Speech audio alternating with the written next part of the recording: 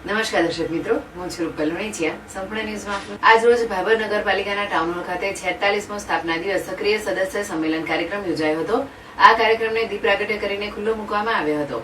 આ કાર્યક્રમ દરમિયાન પધારેલ પૂર્વ સાંસદ દિનેશભાઈ અનાવાડિયા, વાવ ધારાસભ્ય સ્વરૂપજી ઠાકોર, ગુજરાત પ્રદેશ મંત્રી નૌકાબેન પ્રજાપતિ, પૂર્વ નગરપાલિકા પ્રમુખ હરિલાલ આચાર્ય, ભાભર શહેર પ્રમુખ પ્રવીણસિંહ રાઠોડ, ભાભર મહામંત્રી સહિત ભારતીય જનતા પાર્ટીના આગેવાનો, કાર્યકરો અને આજુબાજુમાંથી પધારેલા સરપંચો સહિત ખેડૂતો મોટી સંખ્યામાં ઉપસ્થિત રહ્યા હતા અને પૂર્વ સાંસદ દિનેશભાઈ અનાવાડિયાએ ભાજપના ઇતિહાસ બાબતે ભારતીય જનતા પાર્ટીના લોકોને માર્ગદર્શન આપ્યું હતું અને કેવી રીતે ભારતીય જનતા પાર્ટીની સ્થાપના કરવામાં આવી તે બાબતની સંપૂર્ણ માહિતી આપવામાં આવી હતી.